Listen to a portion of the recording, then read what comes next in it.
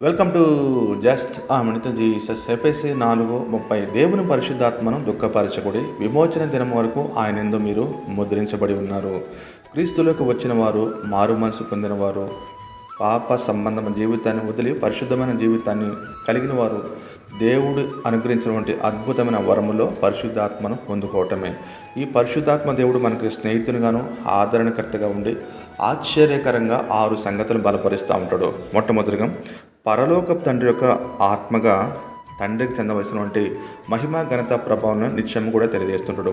రెండవదిగా క్రీస్తు యొక్క ఆత్మ అందరి ఎదుట సిగ్గుపడకుండా క్రీస్తును ఒప్పుకునేలా చేస్తుంది. మూడవదిగా బలమగు ఆత్మ మన సొంత తెలివితేటలు, ధనం మీద, తెలివి మీద ఆధారపడకుండా దేవునిపై ఆధారపడే చేస్తుంది. నాలుగవదిగా ఆలోచన, మన జీవితం ఎలా నడవాలో తన ఆత్మ చేత నడిపిస్తూ ఉంటుంది. ఐదవదిగా క్రొత్త నిబంధన ఒడంబడికం, అంటే పాత నిబంధన సంబంధం అంటే ఆచారం నుంచి విడిపించే శక్తిగల ఆత్మ.